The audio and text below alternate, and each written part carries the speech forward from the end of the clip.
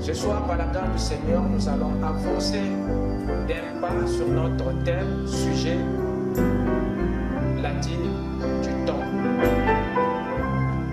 Et le point d'étude de ce soir va se porter sur les principes de gestion du temps. Les principes de gestion du temps.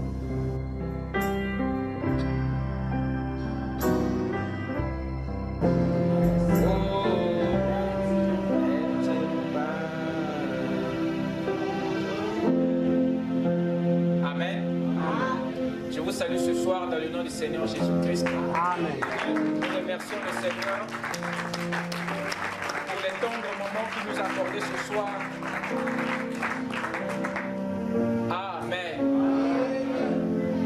Sans plus tarder, nous allons nous lever pour lire les Saintes Écritures.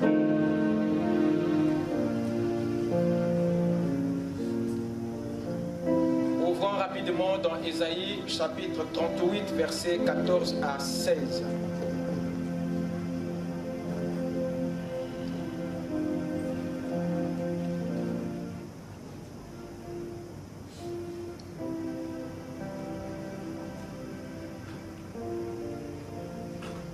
Je poussais des cris comme une hirondelle en voltigeant.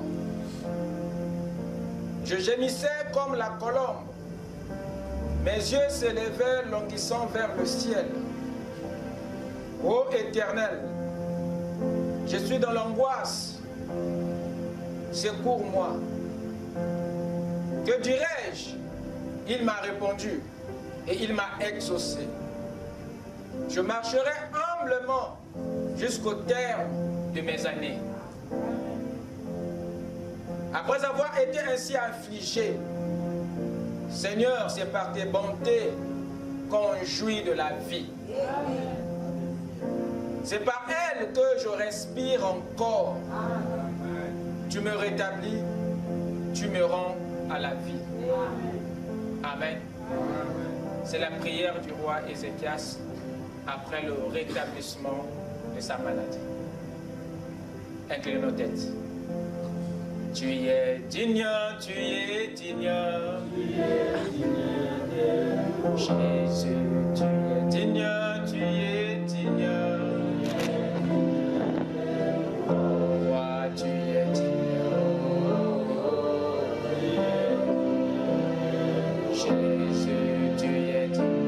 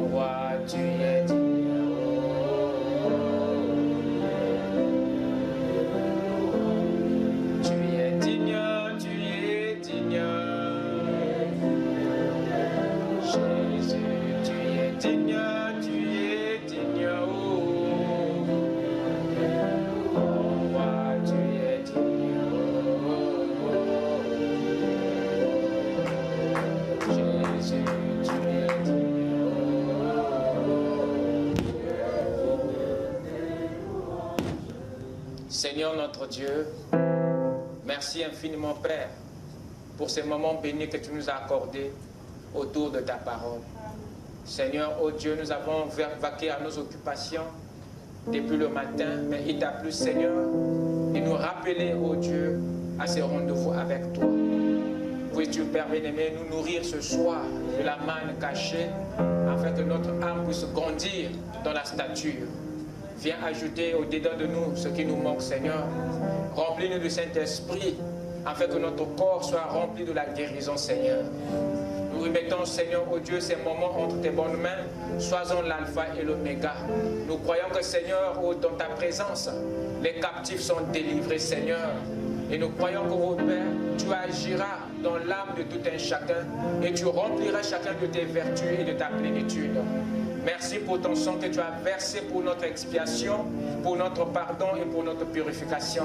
Pour le reste, Seigneur, oh Dieu, élève-nous dans les lieux célestes et viens, Père, oh Dieu, cacher chacun de nous sous le sang de l'agneau. Car nous l'avons ainsi prié, Père, dans le nom puissant et parfait du Seigneur Jésus-Christ, notre Rédempteur.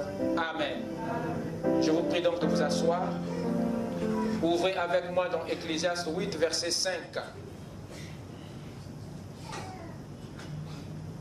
Ecclésiaste 8, 5. Celui qui observe le commandement ne connaît point des choses mauvaises. Et le cœur du sage connaît le temps et le jugement. Je répète. Celui qui observe. Celui qui observe le commandement ne connaît point des choses mauvaises. Et le cœur du sage connaît le temps et le jugement. Que le Seigneur bénisse sa parole dans nos cœurs. Qu'il ajoute ses nombreuses bénédictions à la lecture de sa parole. Ce soir, par la grâce du Seigneur, nous allons avancer d'un pas sur notre thème, sujet, l'a dit, du temps. Et le point d'étude de ce soir va se porter sur les principes de gestion du temps. Les principes de gestion du temps. Nous avons, dimanche dernier, vu avec vous une introduction globale de la chose en lui-même ou en elle-même. Nous avons vu que le temps est un concept qui se définit en 4 points. Et pour ceux qui se souviennent, se rappellera de ces 4 points.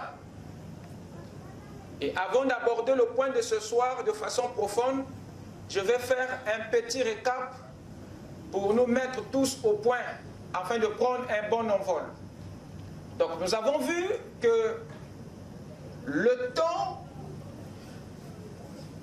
est un mot complexe. Le temps est une chose qui ne peut pas se définir en un mot et par un mot. Il est tellement complexe et profond qu'il nous faut suffisamment d'éléments pour nous éclairer ce concept. Et la première définition du temps est celle que nous avons donnée en première ligne.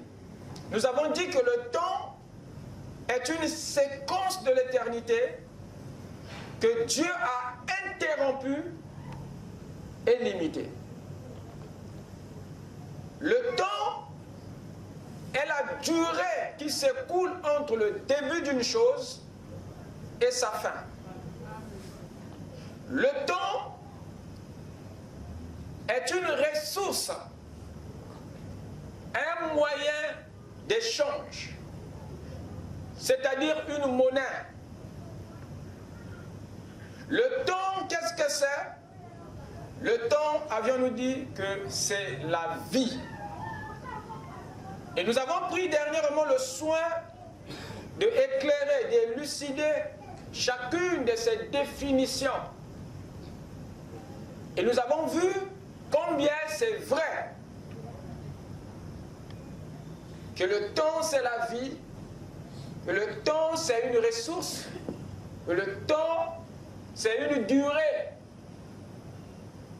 qui sépare le début et la fin d'une chose. Le temps, c'est une séquence de l'éternité, mais que Dieu a interrompu, qu'il a limité. Pour ce qui concerne ces caractéristiques, Nous avons dit que le temps est fluide. C'est-à-dire que le temps est rapide et rien ne peut l'arrêter. Le temps coule comme un fleuve. Il n'attend personne et il n'attend rien. Même pas toi. Il ne peut pas t'attendre. Le temps est instockable. Vous ne pouvez pas le prendre et le garder. Impossible. J'utilise 1 heure et les autres 1 heure, je les garde. Tu ne peux pas. Ce qui reste est d'office perdu. Vous ne pouvez pas le garder. Le temps est divisible. Et nous avons vu avec vous comment est-ce que Dieu a séparé le temps, a divisé, a reparti le temps en secondes, en minutes, en heures, en jours, en semaines, en mois, en années. Tout ça, ce sont des unités du temps. Tout ça, ce sont les unités du temps. Le temps est mesurable. Le temps est instable. Pour ce qui concerne les mesures, nous avons vu que le temps se calcule. Le temps est comptable. Et une autre caractéristique qui lui est propre, c'est que le temps est variable. C'est-à-dire qu'il n'est pas statique. Vous ne pouvez pas garder 12 heures. Que vous le voulez ou pas, il va changer en 13. Vous ne pouvez pas espérer maintenir le jour. Il finira par y faire nuit. Même quand Josué l'a arrêté, c'était pour un temps. La conclusion, c'est que la nuit était venue. Donc le temps est variable. Le temps est changeable. Le temps est instable. Amen. Amen. Alors pour quel but Dieu l'a-t-il créé? Nous avons vu que Dieu a créé le temps pas pour y vivre, mais Dieu l'a créé pour y agir, pour créer les choses là-dedans. Dieu a créé le temps pour étendre son influence, étendre son royaume. Dieu a créé le temps pour nous retirer temporairement de l'éternité. Dieu a créé le temps pour mesurer la vie sur la terre. Dieu a créé le temps pour déterminer le début et la fin d'une chose. Dieu a créé le temps pour donner à tous ceux qui y vivent un commencement et une fin. Dieu a créé le temps pour nous donner des expériences humaines sur la terre. Dieu a créé le temps pour que nous le servions là-dedans. Dieu a créé le temps pour nous tester, pour éprouver notre potentiel, notre divinité. Dieu a créé le temps pour découvrir nos faiblesses. Dieu a créé le temps pour manifester ses propres attributs. Vous vous souvenez? Dieu a créé le temps pour accomplir le plan de la rédemption. Parce que dans l'éternité, personne n'est perdu. Et il avait besoin du temps pour manifester son attribut de sauveur, de guérisseur, de seigneur, ainsi de suite. Donc nous avons vu que le temps est profitable à Dieu et aux hommes. Et si le temps est un défaut pour nous, donc il le sera aussi pour le Seigneur lui-même. Amen. Le temps fait partie des choses que très peu de gens maîtrisent et parviennent donc à gérer de façon efficace sur la terre. Il fait partie des choses qui défient notre existence. notre vie.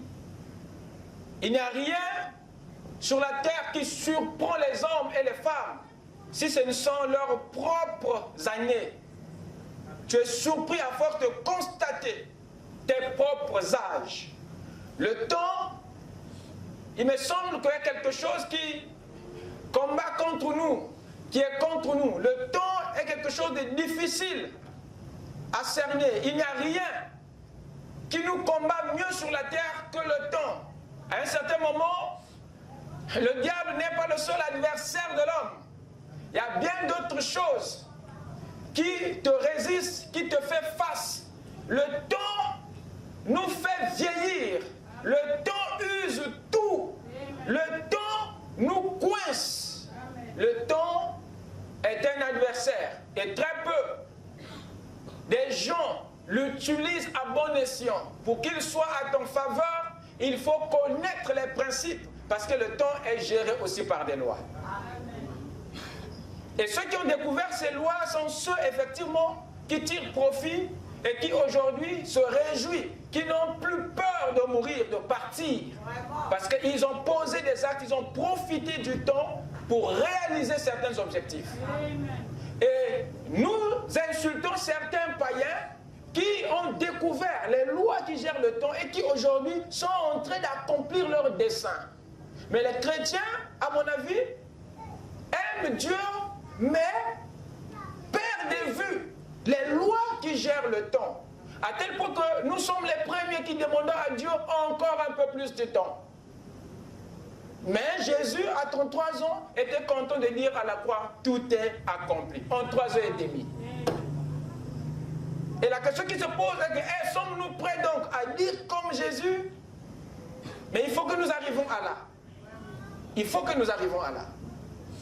Mais nous devons connaître, découvrir cet élément, temps, et quels sont les principes qui le gèrent pour que nous réussissions à faire quelque chose, l'essentiel. Les grands hommes de ce monde ont réussi à l'apprivoiser. Et tous les saints qui ont marqué leur époque ont su gérer le temps. Pourquoi pas nous? Raison pour laquelle nous abordons ce sujet afin que chacun de nous ne puisse pas mourir avec un front fermé, une bouche ouverte. Il est question que chacun de nous, à l'article de sa mort, qu'il puisse mourir avec un gros sourire. Quelqu'un me suit? Le temps est l'ami de personne. Pourquoi? Parce qu'il révèle nos défauts. Le temps dévoile nos secrets. Le temps confond les hommes et les femmes aux yeux de Dieu. Alors comment peut-on gérer une chose aussi insaisissable que le temps? Comment peut-on apprivoiser un élément aussi indomptable que le temps? Comment faire? La gestion du temps repose sur la connaissance et la maîtrise de 4 principes. Pour le gérer, vous devez être conscient de 4 choses. Vous devez être conscient, nous devons être conscients que nous avons une œuvre à faire. Number 1. Deuxièmement, vous devez être conscient que vous avez une durée de vie limitée. Troisièmement, vous devez être conscient et sûr que vous connaissez la valeur du temps. Vous devez être conscient que vous avez avec vous, vous détenez avec vous, vous possédez ce qu'il faut pour le gérer. Ça, ce sont les 5 principes qu'il faut savoir pour mieux gérer le temps. Lorsque vous êtes conscient de ce que vous avez à faire, vous êtes là déjà dans la bonne direction. Le temps devient précieux pour celui qui a quelque chose à faire. Le temps devient très précieux pour celui qui est conscient que sa durée n'est que pour peu de temps. Celui qui est conscient qu'il n'est pas sur la terre pour toujours.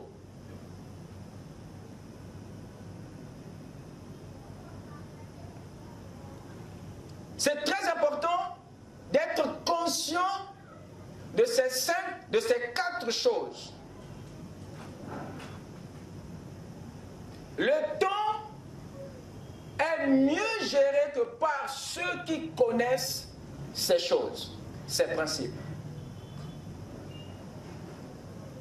Voilà en un mot ce qu'il nous faut savoir pour bien gérer le temps qui nous a été donné sur la terre. Retenez bien, mes chers amis, que ne peut donc bien gérer le temps que celui qui a ces 4 consciences. La conscience de la mission, la conscience de la durée, la conscience de la valeur, la conscience de l'outil contrôle. Suivez-moi bien. La conscience de la mission, qu'est-ce que c'est? C'est le fait d'être certain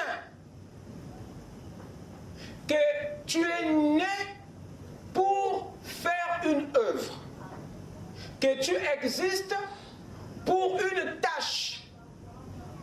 Ça, c'est très important. Savoir qu'on a une œuvre à faire, c'est ça la conscience de la mission. La conscience de la durée, c'est quoi? C'est savoir qu'il y a un temps de vie limité pour chacun de nous. La conscience de la valeur, qu'est-ce que c'est? C'est de savoir ce que vaut le temps. Beaucoup ne le savent pas. La conscience de l'outil contrôle, qu'est-ce que c'est? C'est le fait de savoir ce qu'il faut pour gérer le temps, pour gérer son temps. Nous avons ici 4 consciences, 4 principes. Et lorsque nous sommes informés, imbibés de ces 4 choses, alors vous ne pouvez plus perdre le temps. Vous êtes cette personne qui sait ce qu'il fait avec son temps, qui sait quoi faire avec son temps. Ça deviendra difficile pour vous de mourir sans avoir atteint vos objectifs. Et ceux qui atteignent leurs objectifs dans la vie sont ceux qui ont observé, respecté, découvert ces principes. Ce sont des gens qui ont été tous conscients de ces choses. Alors, nous allons prendre le tout premier principe de gestion. La conscience de la mission. Qu'est-ce que nous pouvons découvrir dans ce principe? Éphésiens 2, verset 10. Car nous sommes son ouvrage, ayant été créés en Jésus-Christ pour des bonnes œuvres. Amen. Que Dieu a préparées d'avance afin que nous les pratiquions. Wow. Dieu nous a donc créés chacun avec une œuvre. Personne n'est venu sans un but.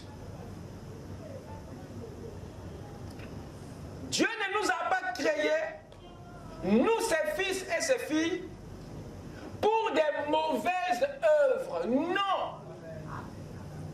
Mais il nous a créés pour des bonnes œuvres. Ce qui veut dire que le mal que nous faisons ne faisait pas partie ou ne fait pas partie des œuvres que Dieu avait prévues pour toi et moi. Parce qu'il dit ici que nous sommes son ouvrage ayant été créés en Jésus-Christ pour des bonnes œuvres. Donc ce qui s'est ajouté là, ça vient de l'ennemi.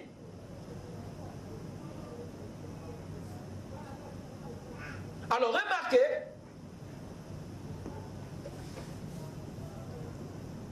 ces œuvres sont bonnes parce qu'elles contribuent au bien-être des autres et de ta propre vie. Amen.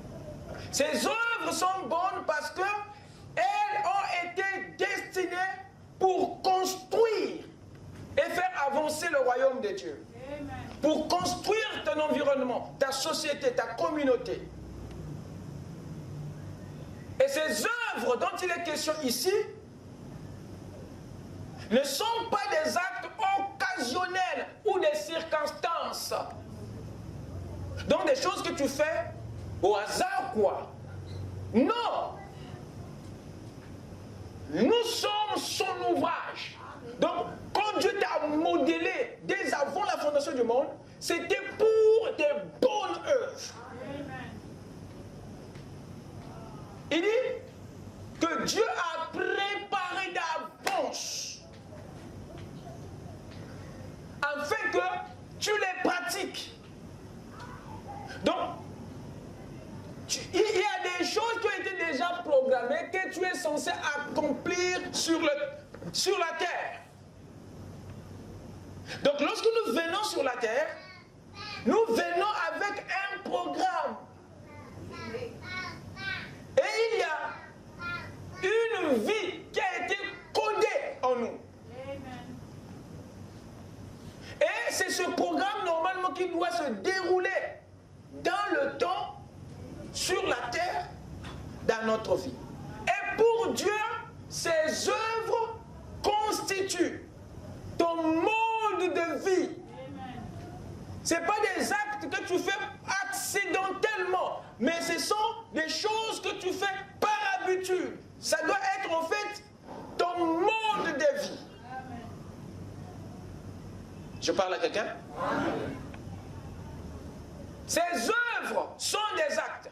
Ces œuvres sont des habitudes. Ces œuvres sont des attitudes. Ces œuvres, c'est un mode de vie.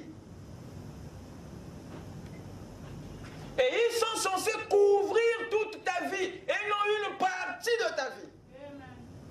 Ils sont censés être pratiqués au quotidien et non occasionnellement. Quand tu te réveilles du pied droit, alors tu fais le bien. Mais quand tu te réveilles du pied gauche, tu fais le mal. Non.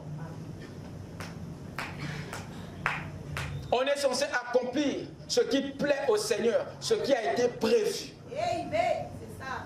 Quelqu'un me suit? Amen.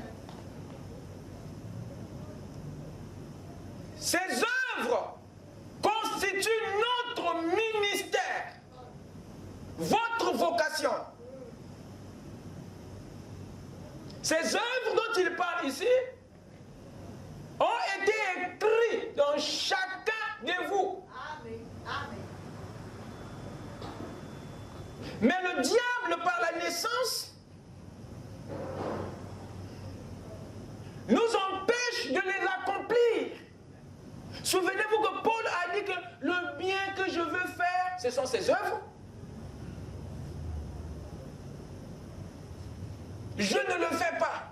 Il me semble qu'il y a une autre loi qui m'empêche de faire ce qui est bien. Parce que le diable sait que ses œuvres annulent sa puissance. S'il vous laisse accomplir la justice de Dieu, vous détruisez là son royaume. Voilà pourquoi dès qu'un ange naît sur la terre, il s'arrange à l'éteindre. Tu n'as aucune idée des tentatives que le diable a fait pour te tuer le jour où tu es mort, le jour où tu es né. Amen. Tous les enfants de Dieu ont toutefois été tentés d'être annulés. Parce que c'est au travers de vous que Dieu amène la lumière. C'est au travers de nous que Dieu combat le royaume des ténèbres. Amen. Alors le diable ne peut pas laisser tranquille ceux qui viennent éteindre son influence sur la terre. Donc Dieu avait un grand ouvrage à faire. Depuis qu'il avait créé la terre et l'homme, il n'avait pas en fait terminé. Mais le travail qui lui restait à faire, il ne pouvait plus le poursuivre dans la théophanie. Mais uniquement dans un corps. Raison pour laquelle il nous a concédé cette partie de son ministère. Que nous le fassions. Voilà pourquoi il inscrit ses œuvres dans votre vie dès avant la fondation du monde. Ces bonnes œuvres ne sont pas vos œuvres. Il n'y a rien en vous pour faire les bonnes choses. Mais il codifie, il inscrit ce qu'il aurait dû faire dans sa chair sur la terre, mais il les inscrit en vous pour que la suite se fasse par vous. Alors ces œuvres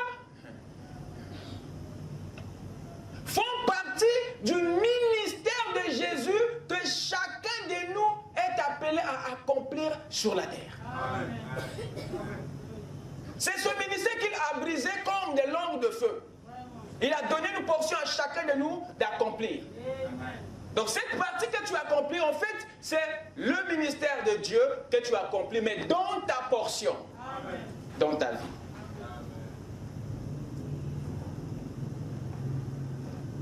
Mais cette œuvre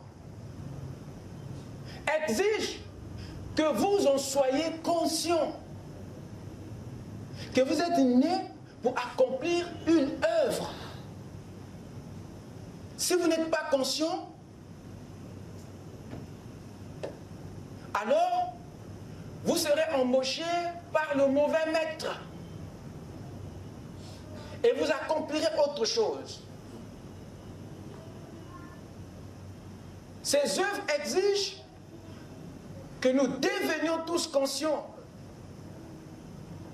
que nous soyons tous éveillés. Ces œuvres exigent une conscience quand même. Savoir que chacun de nous a une partie du travail de Christ qu'il doit accomplir sur la terre. Amen. Et au quotidien, je dis bien, au quotidien. Regardez, Colossiens 1, verset 24 dit ceci. Je me réjouis maintenant dans mes souffrances pour vous. Et ce qui manque aux souffrances de Christ, je l'achève en ma chair par son corps. Vous écoutez ça? Donc ce que Paul achève dans sa vie, ce qui avait commencé en Jésus. Donc si Paul partage la souffrance de Christ, ça veut dire que c'est le ministère de Christ qu'il partage aussi. Parce qu'il souffre, Jésus-Christ a souffert pour avoir fait du bien. Alors si toi aussi on doit te haïr comme on avait haï le maître, ça veut dire que c'est pour les mêmes raisons. Conclusion, nous achevons dans notre vie l'œuvre que Christ a commencée. Nous poursuivons sur la terre au quotidien l'œuvre que le Père avait commencée au début. C'est la suite du ministère d'Élohim qui se fait dans la vie de ses filles et fils. Quelqu'un me suit? C'est la pensée qui est dans cette écriture. Mais très peu de chrétiens, très peu de gens sont conscients de leur œuvre. Mais j'ai découvert beaucoup de soi-disant païens, excusez-moi l'expression, connaissent mieux leur mission sur terre que beaucoup de chrétiens. Et ces païens-là sont concentrés sur l'essentiel de leur vie. Et avec leur vocation, ils vous ont produit des solutions vis-à-vis de certaines maladies. Les vaccins que vous prenez, les sérums que vous recevez, les médicaments que vous avalez. Ce ne sont pas tous des chrétiens qui les fabriquent. Hein? C'est des gens que vous condamnez, mais qui ont saisi leur vocation. Et ils ont mis leurs dons au service du monde. Et ils règlent les problèmes. Vous serez surpris de les voir au ciel. Quelqu'un me suit? Nous ne saurons jamais gérer le temps si nous n'avons pas quelque chose à faire. Nous n'allons pas gérer notre temps de vie sur la terre si nous n'avons rien à faire. Raison pour laquelle Dieu avait donné à chacun une œuvre avant de venir sur la terre, parce que le temps doit être géré. Et le premier principe de la gestion, c'est la vocation. Celui qui n'est pas occupé ne fera rien de son temps.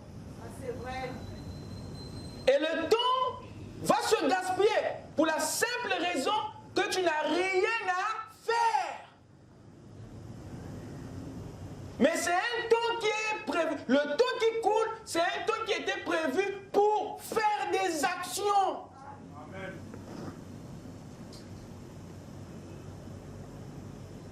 Raison pour laquelle Dieu n'a pas voulu qu'il envoie des chômeurs. Il a prévu, il a donné à chacun des œuvres à faire avant la fondation du monde. Il ne voulait pas que quand tu rentres dans le temps, que tu aies rien à faire. Tu as des œuvres. En réalité, il est hors de question, même s'il n'y a personne qui t'a embauché, mais sache que tu as un travail qui t'occupe. Donc le temps ne peut pas être perdu. Mais il faut que tu te reconnectes. S'il n'y a pas l'emploi, il y a au moins le travail en toi. Et c'est le travail là dont je parle.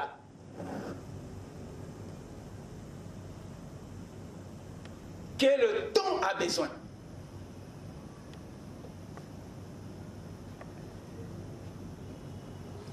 Hey, écoutez, tu ne seras pas condamné hein, pour ce que tu fais pour les hommes. Tu seras condamné pour ce que tu ne fais pas pour Dieu. Amen. Ce que Dieu t'avait ordonné de faire, c'est à cause de ça qu'il t'a donné le temps. Mais si tu ne le fais pas, c'est là manquer le but. Qu'est-ce qui se passe? Nous ne pouvons pas gérer le temps si nous n'avons pas quelque chose à faire. Raison pour laquelle Dieu, dès avant la fondation du monde, nous avons tous donné de quelque chose à faire. Vous comprenez avec moi que ta vocation, ton ministère, ton appel est la chose, on fait des comptes, qui est censée t'occuper sur la terre. Quand les hommes ne veulent pas t'employer, sache que Dieu est le premier qui t'avait employé. Amen. Et le temps qui court, si les hommes n'ont pas besoin de ce temps-là, sache que Dieu en a besoin. Alors utilise ce temps pour accomplir le travail de Dieu. Amen.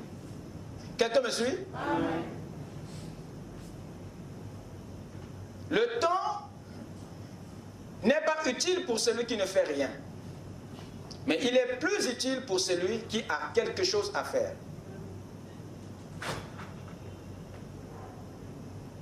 Écoutez mes chers amis.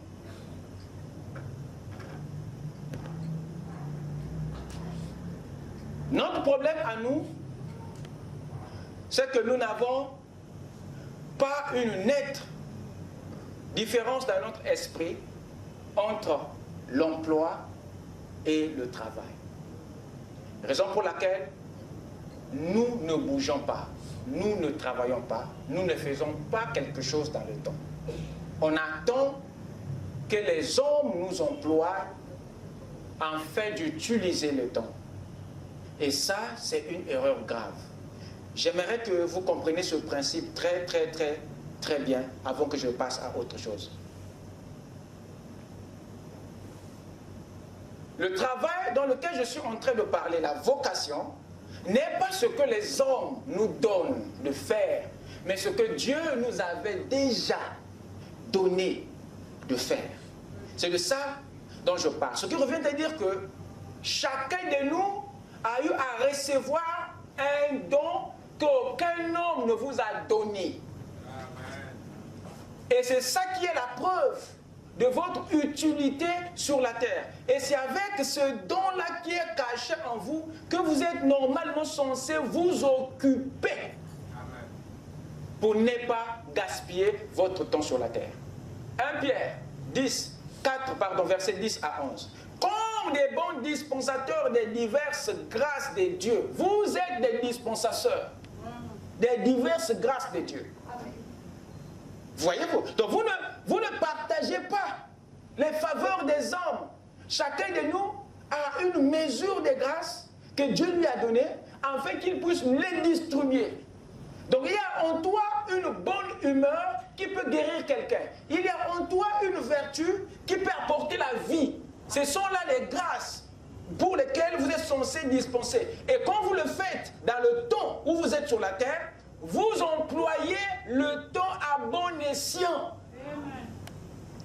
Comme des bons dispensateurs des diverses grâces de Dieu, que chacun de vous, écoutez bien, mette au service des autres le don qu'il a reçu. Amen. Donc chacun de nous a reçu un don, mais qui doit être mis en service. Vous comprenez? Il ne s'agit pas ici de la fonction publique. On ne peut pas attendre que la fonction publique m'embauche pour que je puisse maintenant commencer à être utile ou à employer, à être occupé. Il y a quelque chose déjà en moi que Dieu a placé dès avant la fondation du monde et Dieu attend que je sois occupé par ça. Et Dieu n'est pas injuste. Chacun de vous a reçu cette mesure de grâce. Ce qui revient à dire que vous pouvez utiliser le temps avec le temps que Dieu vous a donné, sans même que les hommes et les femmes aient besoin de vous. Vous m'écoutez? Si quelqu'un parle, que ce soit comme annonçant des oracles de Dieu, si quelqu'un remplit un ministère, qu'il le remplit selon la force que Dieu communique, afin qu'en toutes ces choses, Dieu soit glorifié par Jésus-Christ, à qui appartient la gloire et la puissance au siècle des siècles. Amen. Paul nous montre ici que chacun de nous a reçu un don et qu'il peut mettre au service. Qu'il peut mettre au service. Donc il est hors de question de soutenir le principe selon lequel on n'a rien à faire. C'est nous qui sommes aveugles au travail que Dieu a déjà placé en nous. Il y a quelque chose à faire. Mais nous attendons que les hommes nous embauchent, alors que Dieu nous avait déjà embauchés. Et c'est le travail de Dieu que vous ne faites pas, parce que vous attendez celui des hommes. C'est une fatalité. Et tu vas vivre sans poser des œuvres. Et quand ta vie arrive à sa fin, tu te rends compte que tu n'as rien fait. Mais quand Dieu t'ouvre les yeux pour voir ton compte, tu te rends compte que tu avais du boulot à faire qui n'a pas été fait parce que tu attendais la fonction publique pour être utile. Amen. Amen. Quelqu'un me suit? Amen. Éphésiens 4, versets 7 à 8. Mais à chacun de nous, la grâce a été donnée selon la mesure du don de Christ. Amen. Donc chacun de nous a une portion du grand don de Christ. Le grand don ici, c'est Christ. Amen. Parce que c'est lui qui est le don. La Bible dit, Dieu a tellement aimé le monde qu'il a donné son Fils. Donc Jésus est le don de Dieu à l'humanité. Amen. Et c'est ce don-là que Dieu a fragmenté en petits dons et qu'il a reparti à chacun de nous. Amen. Mais à chacun de nous, la grâce a été donnée selon la mesure du don de Christ. C'est pourquoi il est dit, écoutez bien, étant monté en haut, il a amené des captifs et il a fait des dons aux hommes. Amen. Chacun de vous a reçu quelque chose pour travailler, a reçu quelque chose pour servir. Chacun de nous a un don. C'est le fait que vous ne revenez pas à l'intérieur pour le découvrir et le voir, afin d'être utile dans votre génération, dans votre communauté, dans votre famille. Et c'est ce don-là qui est ton boulot. Donc le temps que vous attendez quoi que ce soit de l'extérieur, vous pouvez vous connecter à ce don et être déjà au travail. Et le don deviendra important pour vous. Amen. Amen. Parce que si nous comprenons que il nous a tous été donné une vocation, un travail, une œuvre, un don que nous pouvons servir à notre société au lieu d'attendre.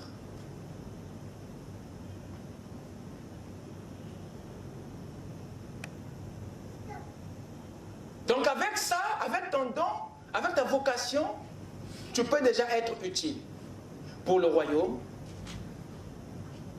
pour ta génération, pour ton pays, pour ta communauté, en mettant simplement ton don au service du monde. Imaginez-vous que si j'étais resté assis sur les bancs, j'aurais servi quoi à l'humanité? Chacun a quelque chose.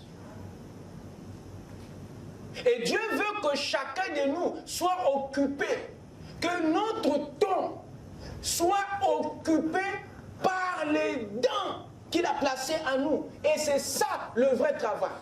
Il n'a pas exclu les autres. Mais il ne faudrait pas que nous quittions ce monde pour avoir tout donné à César, y compris notre temps. Non! Quelqu'un me suit? Amen. Donc, conclusion, ce n'est pas le manque d'emploi qui gaspille notre temps, mais c'est le manque d'initiative. Le manque de conscience qu'il y a en nous déjà un boulot, un don, une vocation qui peut nous occuper et atteindre les objectifs. Et si nous ne sommes pas conscients de cette œuvre, nous croiserons les mains pour attendre les œuvres des hommes. Et la porte du royaume nous sera fermée. Nous serons ces gens qui auront accompli leur projet, mais qui n'ont pas accompli le dessein de l'Éternel.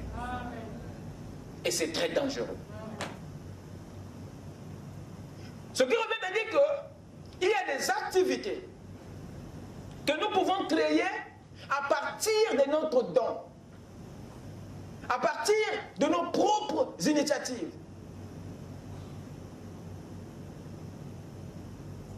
Il y a une vie que les gens ont cessé de vivre. Vous n'apportez plus la parole, vous n'exhortez plus les gens. Vous êtes maintenant suffisant. Je ne sais pas si vous avez déjà atteint un sommet, je ne sais pas, mais vous, il y a quelque chose qui est mort. Amen.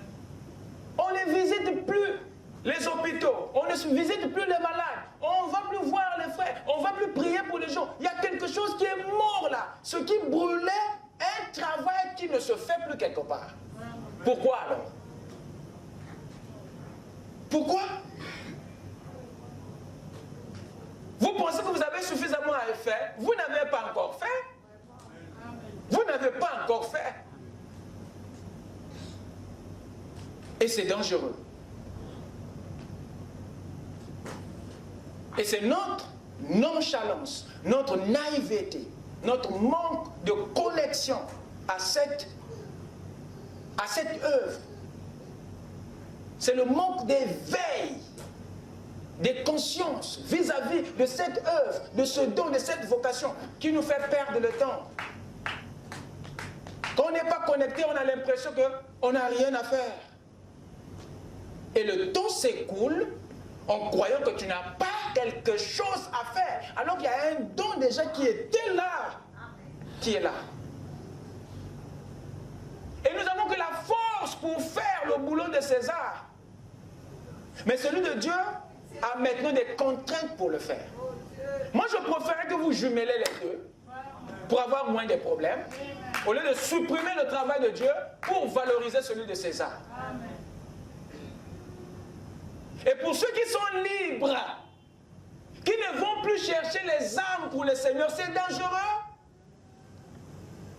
Vous êtes libre, mais non, vous ne vous souciez plus des situations des autres, des cris des âmes perdues. Mais tout ton temps, non, tu le passes à la maison, tu lis des brochures, c'est pas mauvais. Mais il faut avoir aussi une œuvre extérieure. Tu lis pour aller maintenant livrer. Amen. Il y a quelque chose qui ne va pas. Il y a quelque chose qui ne va pas. Cette vocation que Dieu t'a donnée a un temps. Il a été donné pour qu'il soit accompli dans le temps. Et quand tu ne l'accomplis pas, ça veut dire que tu utilises le temps pour cela à autre chose. Alors quand le temps de ceci est utilisé à cela, ça veut dire que vous devez le temps de ceci. Et vous risquerez de quitter la terre avec une destinée à moitié accomplie. C'est pas que vous n'avez pas eu le temps pour tout faire, mais vous avez eu le temps, mais sauf que vous avez utilisé le temps pour faire ceci et pour faire quelque chose d'autre.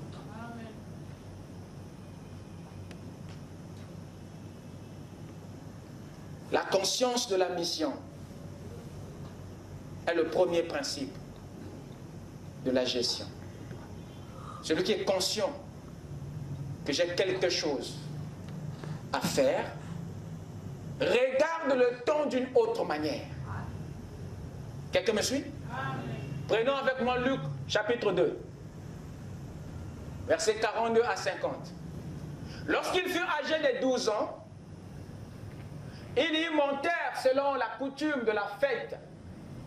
Puis quand les jours furent écoulés et qu'ils s'en retournèrent, l'enfant Jésus resta à Jérusalem.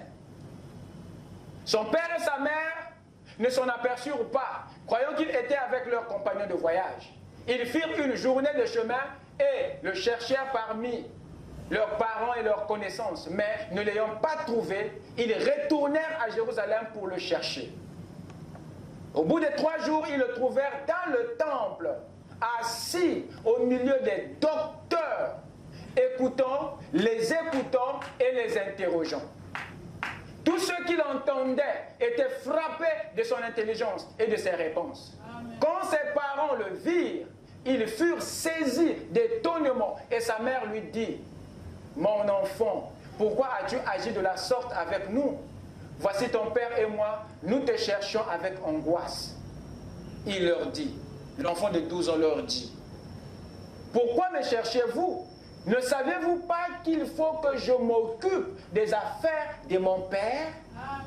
Mais les parents ne comprirent pas ce qu'il leur disait. C'est quoi en fait le problème ici? c'est que nous avons un garçon de 12 ans qui était déjà conscient d'une œuvre. Amen. Waouh, je parle à mon âme. Amen. Donc il n'est pas question de l'âge. Oh non, j'ai encore le temps quand j'aurai 40 ans. Non! Oh non, quand je vais me marier. Non! Nous avons ici un spécimen, un prototype, un exemple, un modèle. À 12 ans, Jésus avait déjà la conscience de la mission. Amen. Alors du coup, regardez la manière qu'il a géré son temps. Dès 12 ans, il était déjà conscient qu'il avait une œuvre à faire. Voilà pourquoi en 3 ans et demi, il a tout fini. Amen. Il a dit à la croix, tout est accompli. Comment vous expliquer? Qu'est-ce qui a été tout accompli? Qu'est-ce qui a été accompli en 3 ans et demi? Mais c'est ce boulot qu'il avait commencé il y a 12 ans. Amen. Il était conscient très tôt qu'il avait un travail. Alors, vous remarquerez que la façon de Jésus de gérer son temps était maintenant différente à cause de la conscience de la mission. Amen. Quand elle n'est pas, non, vous gaspillez le temps. Parce que tu n'as rien à faire. La tâche te met en urgence. Amen. Parce que tu as une œuvre à finir et tu as des comptes à rendre. Tu as le souci que la chose soit bien faite Amen. pour gagner les appréciations de celui qui t'a envoyé sur la terre. Il était conscient de sa mission à 12 ans. Et c'est cette conscience qui manque aux adultes que nous sommes. Amen. Voilà ce qui est désastreux. On veut aller au ciel, alors il n'y a en nous aucune conscience de la vocation, aucune conscience du ministère, aucune conscience de la tâche, aucun fardeau. Comment? Comment? Et notre comportement se révèle dans le temps. Frère Branham dit ceci. Dans les adoptions, paragraphe 19, la dernière partie, la partie B, il dit que l'âge n'est rien. Peut-être vous allez dire non, mais attends, l'âge n'est rien. Pour dire que cette conscience de la mission doit être dans les adultes et dans les jeunes. Nous avons été placés ici seulement dans un but, pour faire quelque chose. Voyez-vous, tu es là pour faire quelque chose. Donc, quand tu es là et tu fais passer ton temps à ne rien faire, attention. Ça veut dire qu'il n'y a pas en toi la conscience de la mission. Et tu ne feras pas un bon gestionnaire de time. Et par ta conduite et ton comportement, tu es déjà en train de programmer ton échec pour ce qui concerne ce monde-ci et l'au-delà. Il n'y a personne qui a réussi. Demandez à un étudiant, demandez à un écolier. Ils connaissent l'odeur de la réussite. Il n'y a personne qui a réussi sans avoir géré le temps. Écoutez, le voilà ici à la croix. Quand Jésus prit le vinaigre, il dit « Tout est accompli ». En baissant la tête, il rendit l'esprit. Il dit « Tout est accompli ». Une petite phrase, mais qui est très profonde. Voilà pourquoi je suis en train de poser la question. Sommes-nous capables de dire la même chose? Tout, il dit tout est accompli. Qu'est-ce qui a été accompli? Mais c'est l'œuvre que Dieu lui avait donné d'accomplir sur la terre avant qu'il ne vienne. Amen. Toi aussi tu as cette œuvre. Amen. Moi aussi je l'ai. Amen. Il faut être conscient. Quand on est conscient de cette œuvre, à ce moment-là, le temps devient précieux pour nous. Amen. Et si on n'est pas d'abord conscient de la mission, le temps là, on va le gaspiller, on va le perdre. Amen. Je peux avancer? Amen. Éphésiens 4, 11, 12. Et il a donné les uns comme apôtres, les autres comme prophètes, les autres comme évangélistes, les autres comme pasteurs et docteurs. Pour quelle raison? Afin que les saints soient perfectionnés. Amen. Posons-nous maintenant la question. Pourquoi les Éphésiens 4 perfectionnent les saints? C'est pour que chaque saint perfectionné soit prêt pour l'œuvre du ministère. Amen.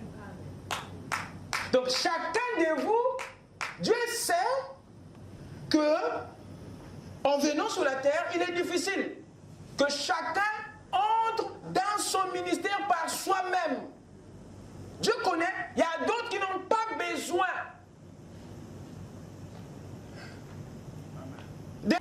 Mais ici, comme Adam, Dieu devait le prendre pour le mettre dans le jardin. Et l'Éternel Dieu prit l'homme et le plaça. Parce que lui-même ne pouvait pas trouver le chemin. Amen. Voilà pourquoi Jésus a dit, je suis le chemin. Parce que nous, depuis la chute, on avait perdu le way. Amen. Alors il place ses ministères pour aider les saints à retrouver leur vocation. Amen. Donc Dieu nous a oint pour oindre les autres à entrer dans leur œuvre. Amen. Parce que si on n'est pas là, vous ne serez pas éclairés sur votre tâche. Amen.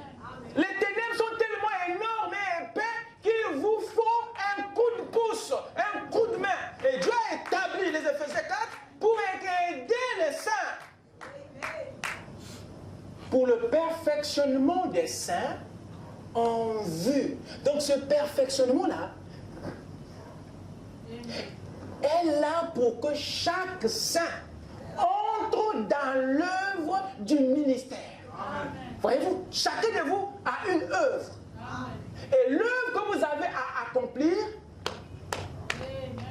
ce n'est pas l'œuvre de votre ministère. Non, c'est l'œuvre du ministère de Christ que nous parachevons. Mais il faut qu'il y ait des esprits qui vont vous oindre, qui vont vous aider à percevoir votre destinée, à voir votre vocation pour y entrer afin d'atteindre le but. Voilà pourquoi c'est important ces rassemblements. Tu restes à la maison, tu risques de voir la chose autrement. Vous m'écoutez? Et c'est très important. Pour le perfectionnement des saints, en vue de l'œuvre du ministère. Chaque saint est perfectionné par ses ministères afin qu'il soit apte, capable d'exercer son œuvre. Et ce que je suis en train de dire, je suis en train d'aiguiser votre perception afin que chacun s'intéresse à son œuvre, à sa vocation. Quelqu'un me suit? 1 Corinthiens 15, verset 58. Ainsi, mes frères bien-aimés, écoutez bien. Soyez fermes, inébranlables, travaillant de mieux en mieux à l'œuvre du Seigneur. Il y a un travail. Sachant que votre travail, waouh, c'est à vous, hein, votre travail. L'œuvre du Seigneur, c'est votre travail. Le ministère de Christ, c'est votre travail. Il est poursuivi par toi et moi. L'œuvre du Seigneur, sachant que votre travail ne sera pas vain dans le Seigneur. Mais il faut l'avoir fait. Il faut l'avoir fait. C'est très important. Voilà pourquoi il nous faut en être conscient. Sinon, le temps là, vous ne ferez rien avec.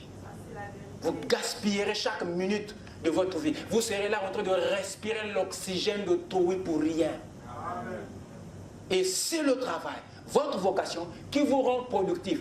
Écoutez, que l'État vous embauche ou pas, soyez conscient qu'il y a un boulot, une œuvre que vous avez. Faites-le et vous serez utile pour Dieu et votre temps sera optimisé. Je parle à quelqu'un? Frère Branham dit ici, donc je sais que mon Rédempteur est vivant. Et Dieu ne nous a pas créés, vous et moi, juste pour voir. Écoutez bien. Dieu ne nous a pas créés, vous et moi, juste pour voir s'il pouvait le faire. Il nous a créés dans un but. Donc, nous avons tous été placés ici dans un but. Vous n'avez pas été placés ici simplement pour qu'il y ait un être humain de plus. Écoutez, tu n'es pas venu dans le monde pour faire le nombre. Vous comprenez ça?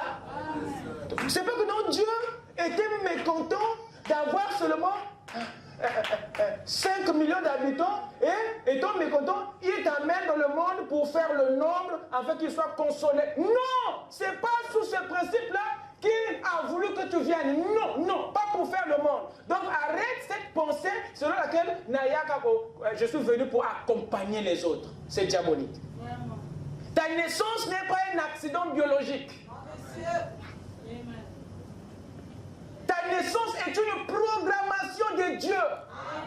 Ce n'est même pas ton père et ta mère qui t'ont voulu. C'est Dieu qui a voulu que tu viennes au monde.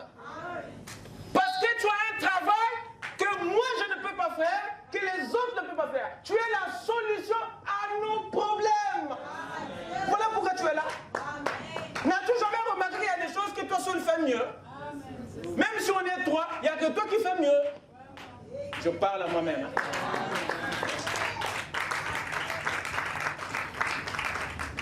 Alors si tu te déconnectes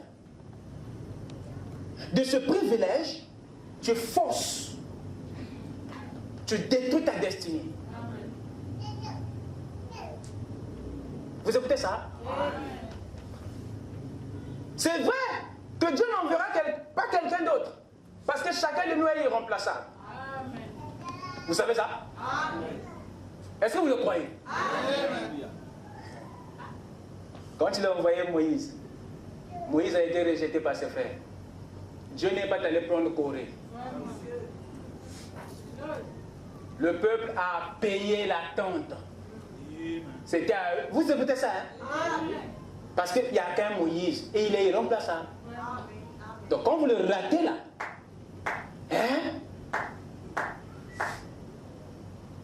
Jonas a refusé de descendre en Ninive. Pourtant Dieu dans son économie, il avait beaucoup des hommes de Dieu. Il n'y a pas eu quelqu'un qui est parti. Jonas est parti à Tarsis. Dieu n'a pas pris André. Non. Il n'a pas pris quelqu'un d'autre. Vous écoutez ça? Parce qu'il n'y a que Jonas qui pouvait produire de tels résultats. Amen. Amen. Donc ce que tu as mis en toi est unique. Même si ça se ressemble à celui que moi j'ai, mais tu es unique. J'ai besoin de toi et toi tu as besoin de moi. Est-ce que c'est clair? Il n'y a pas combat, il n'y a pas guerre, il y a complémentarité. Donc il n'y a pas moyen qu'il y ait guerre. Parce que ma force de frappe complète seulement ta force de frappe. Donc si tu me tues, c'est toi-même qui deviens incomplet. Oh, je parle à moi-même. Vous n'avez pas été placé ici simplement pour qu'il y ait un être humain de plus. Vous avez été placé ici parce que Dieu vous a créé dans un certain but. Vous n'avez pas été placé ici simplement pour consommer les aliments que Dieu a fait pousser.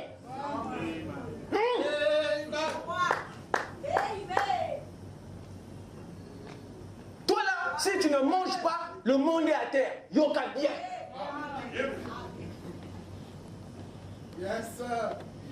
C'est pas pour le damage, non. Et il y a des gens qui sont prêts à tuer pour la nourriture. Et ils pensent que c'est pour ce but qu'ils sont sur la terre. Ils tuent pour le manger. Vous n'avez pas été placé ici simplement pour consommer les aliments que Dieu a fait pousser. Waouh, après on a matembelete. Vous n'avez pas été placé ici simplement pour vivre, écoutez bien, j'aime bien ce prophète, pour vivre dans la maison que l'homme a construite. Même là, ce n'est pas le cas. Alléluia. Seigneur, sois loué. Alléluia.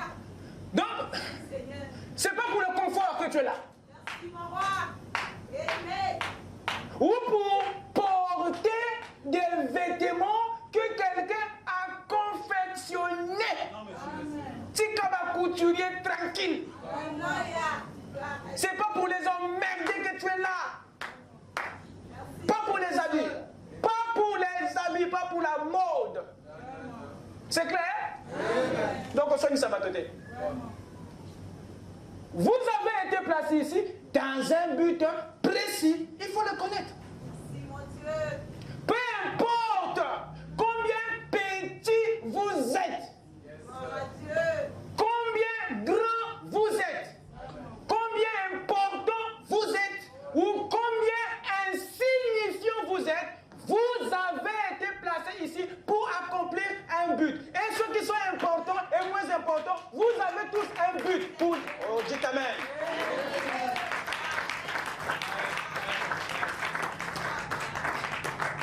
Donc personne n'est moins important aux yeux de Dieu, aux yeux des hommes. Et vous pensez que votre petit orteil est là pour rien. Coupez-le, vous saurez ce jour-là à quoi il servait. Coupez. On n'y est pas à kata, okoyeba, mosalanaï. Vous écoutez ça? Donc rien n'est insignifiant dans le corps. Rien n'est insignifiant. Amen.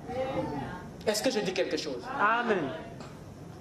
Et tout ça, le prophète le dit pour attirer notre attention, pour nous rendre conscients de la mission qui existe en chacun de nous quelque part. Et c'est important pour la gestion du temps. Parce que la gestion du temps commence par la conscience de la mission. Ça commence là. L'Éden de Satan, il dit quoi? Mais ce que je cherche à accomplir par-dessus tout, donc le travail, c'est de prêcher l'évangile à l'Église et faire tout ce que je peux pour honorer Jésus-Christ en ces jours-ci, pendant que je suis ici sur terre. Et pour le temps qui me reste à vivre sur terre, Branham était conscient de la mission. Est-ce que vous suivez ça? Est-ce que vous écoutez ça? Que le Seigneur vous bénisse.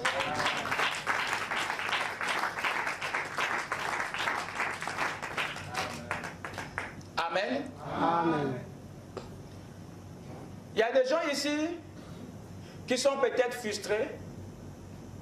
Le fait qu'ils ne savent pas vraiment à quoi ils sont appelés. Est-ce que dans ce que je fais, ça a aussi un sens? Beaucoup pensent que le vrai travail, c'est ce que nous faisons à la chair. Non, non, non. La prédication de la parole n'est pas le meilleur don. Ce que je fais du haut de la chair ne dépasse pas ce que vous faites pour le Seigneur. Amen, amen. Vous me suivez? Amen. Parce que j'ai les mêmes grâces que vous. Si je n'ai pas le Saint-Esprit, je n'entre pas. Vous suivez ça? Amen. Il n'y a aucune supériorité. Parce que votre don à vous, là où vous êtes, peut aussi effectivement amener une âme à Christ, à la perfection. Il peut faire ça dans la simplicité. Vous êtes avec moi? Amen.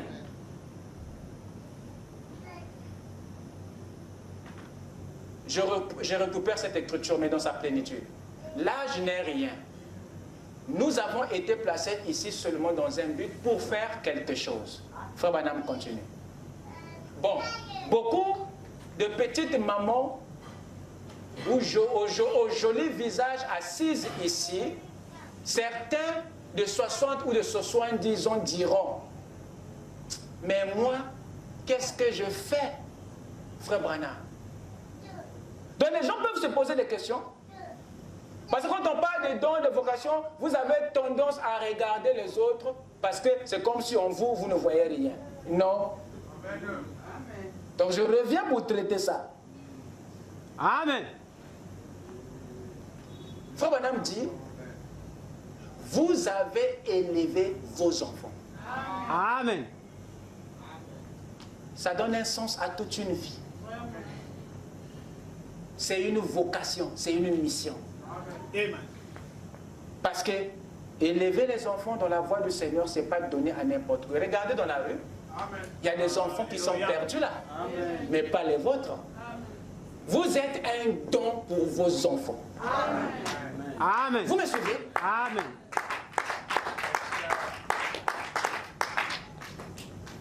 Vous avez fait ce que vous aviez à faire. Peut-être qu'un vieux papa assis ici dira, eh bien moi, j'ai hercé les champs, j'ai fait ceci, je n'ai jamais prêché. Hein, papa Gondia? Peut-être que tu te demandes, tu es dans le plan.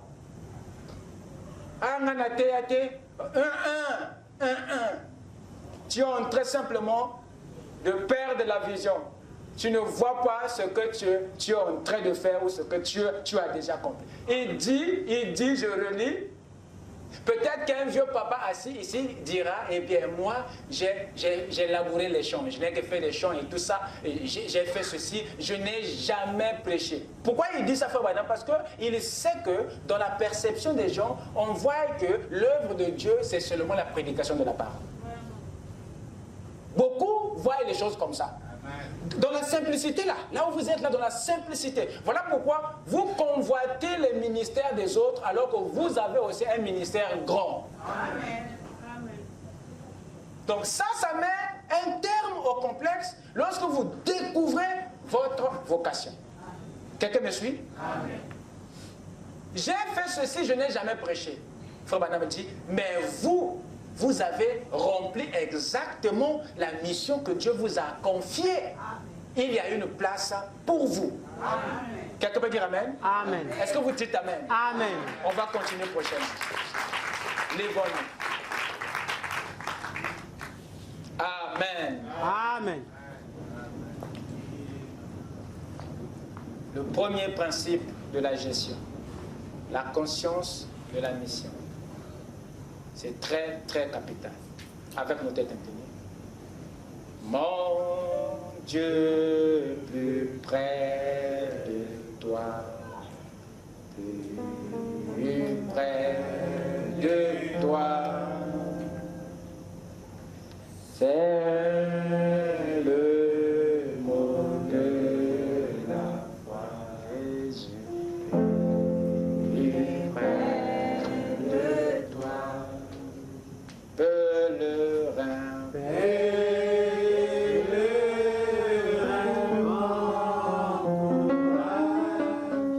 ton chant brave l'aura, oh,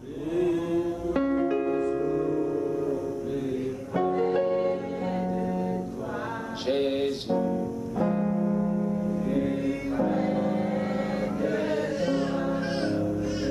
Alors que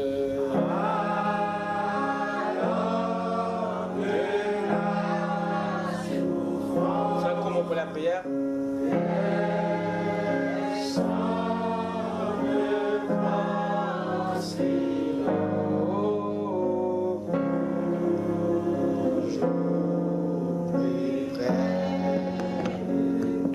Jésus.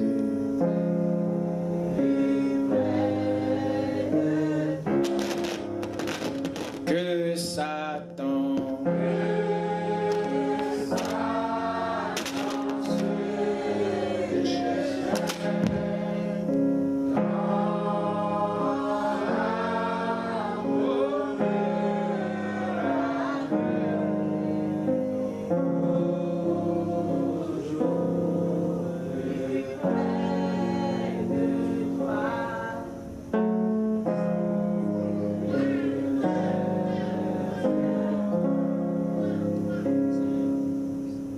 Seigneur Jésus-Christ, notre Dieu,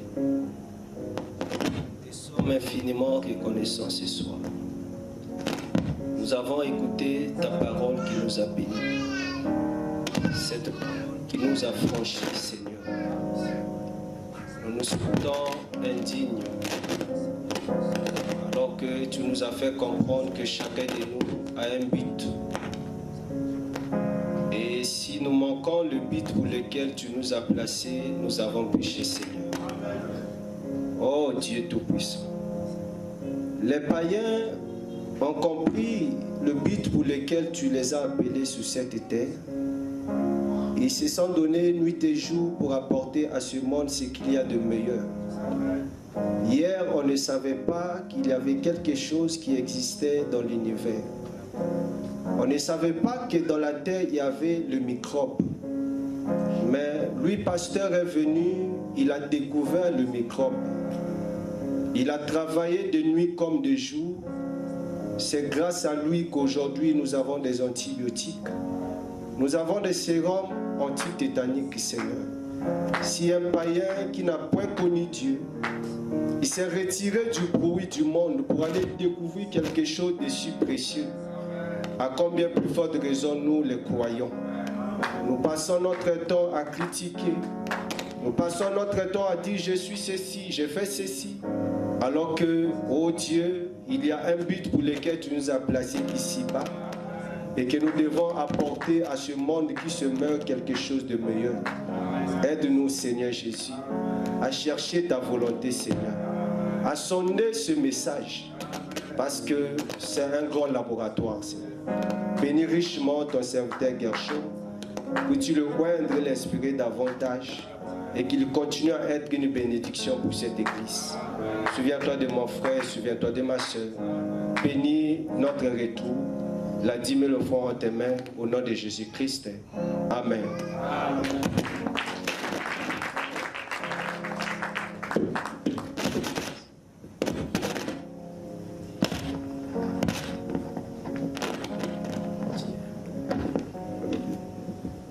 Que Dieu vous bénisse. Je suis toujours content quand je viens ici. Dernièrement, j'étais avec nos amis de Oudiba et ils m'ont chargé de vous saluer. Que Dieu vous bénisse. Que Dieu bénisse le frère Koumou,